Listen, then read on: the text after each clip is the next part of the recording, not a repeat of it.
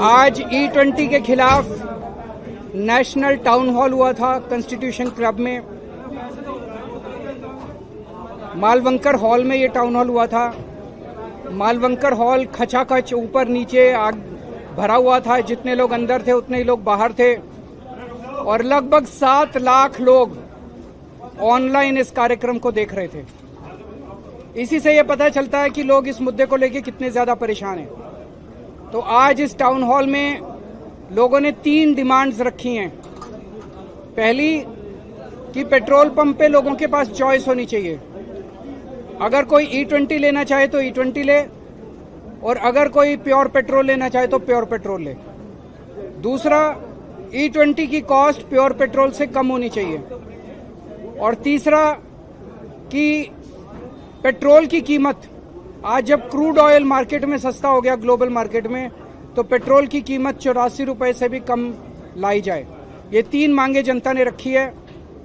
एक मुद्दा ये उठता है कि जब इथेनॉल किसी भी एंगल से सही नहीं है, इथेनॉल से लोग इतने परेशान हैं, इथेनॉल पेट्रोल से ज्यादा महंगा है, इथेनॉल कम माइलेज देता है, इथेनॉल से कोई किसानों का फायदा नहीं हो रहा, इथेनॉल से कोई फॉरेन एक्सचेंज नहीं बच रही।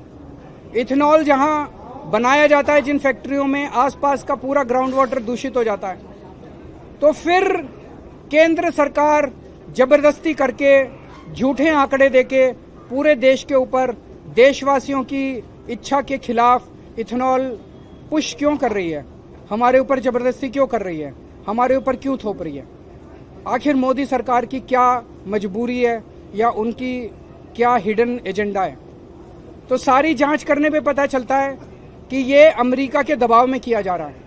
अमेरिका दुनिया का सबसे बड़ा इथेनॉल प्रोड्यूसिंग कंट्री है और उसे समझ नहीं आ रहा हम अपने इथेनॉल कहाँ बेचें। और इंडिया ने कुछ महीने पहले यूएसए के साथ ट्रेड डील साइन की थी जिसमें यह क्लॉज था कि अगले 5 साल में इंडिया अमेरिका से $100 बिलियन का सामान खरीदेगा।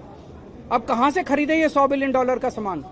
तो इथेनॉल हम अमेरिका से खरीदने जा रहे हैं। इस साल E20 लागू करने की वजह से हम अमेरिका से इस साल $2.5 बिलियन का इथेनॉल खरीदेंगे। तो 5 साल में इन्फ्लेशन देखते हुए, डॉलर की कीमत देखते हुए, सब चीजों को देखते हुए हम 5 साल में $20 बिलियन का इथेनॉल अमेरिका से खरीदेंगे। तो $100 बिलियन का जो टारगेट है उसमें से 20% टारगेट इथेनॉल से पूरा होगा। ये इसलिए क्योंकि प्रधानमंत्री मोदी जी ट्रंप के सामने कमजोर पड़े हुए हैं। वो इसलिए कि प्रधानमंत्री मोदी जी की कुछ मजबूरियां हैं जिसकी वजह से पूरे देश को उन्होंने ट्रंप के सामने गिरवी रख दिया है। देशवासी बहुत दुखी हैं। प्रधानमंत्री जी की जो भी मजबूरियां हैं, हम उनसे निवेदन करते हैं कि अगर आप अपनी मजबूरियों को फेस नहीं कर सकते तो इस्तीफा दे दीजिए, किसी और को प्रधानमंत्री बनने दीजिए जो कम से कम ट्रंप का आंखों में आंखें डाल के मुकाबला कर सके, लेकिन पूरे देश को दुखी मत कीजिए। सर, आपने ऐलान किया कि आप पीएम आवास जाएंगे, तो ऐलान करके जाएंगे, जाहिर है सिक्योरिटी होगी। अभी कुछ दिन पहले नेता विपक्ष ने भी वहाँ पर प्रोटेस्ट किया था, तो क्या लगता है? तो जैसे उनको जहाँ तक जाने दिया था, मुझे उम्मीद है हमें भी वहाँ तक तो जाने देंगे। सर, कितनी पिटीशन लोगों ने आपके पास भेजी है? कितनी तादाद? 2 लाख से ज्यादा पिटीशन आ चुकी हैं। सर, सरकार ये दावा कर रही है कि एथेनॉल नहीं होता तो पेट्रोल महंगा होता, और एथेनॉल होने पेट्रोल कैसे महंगा होता? आमने सामने बैठ के बात करते हैं।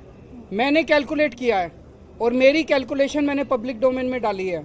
कैलकुलेशन बड़ी सीधी सी है कि जो क्रूड ऑयल है, उस क्रूड ऑयल का रिफाइनिंग कॉस्ट है, ट्रांसपोर्ट कॉस्ट है, फिर उसमें स्टेट टैक्स लगते हैं, उसमें सेंट्रल टैक्स लगते हैं, वो सारे मिलाने के 84 रुपए बन रहा है। तो कैसे महंगा होता? हमें बेवकूफ बना रही है केंद्र सरकार। और पिछली साल 70,000 करोड़ रुपए का ऑयल कंपनीज को मुनाफा हुआ है। जो ये कह रहे हैं कि यूएस और ईरान के वॉर के दौरान घाटा हुआ था, वो घाटा पिछले साल के प्रॉफिट से पूरा कर लो। सर, राज्यसभा में प्रश्न लगाया E20 को लेकर, तो सरकार ने इस ओर इशारा किया कि सिर्फ E20 की वजह से माइलेज कम नहीं होता, उसके बहुत सारे रीजन हो सकते हैं। सरकार ने कौन सी स्टडी है? कोई स्टडी तो होगी।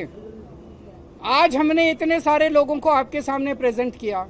आज पहले तो लोगों ने नहीं कहा, CNG आया तब तो नहीं कहा, और इतने सारे अभी तक। अब जब सारे देश के लोग कह रहे हैं भाई E20 से खराब हो रहा है, मिस्त्री कह रहे हैं, मैकेनिक कह रहे हैं, इंजीनियर्स कह रहे हैं, साइंटिस्ट कह रहे हैं, किसी की तो सुनोगे आप? जब आप किसी की भी नहीं सुन रहे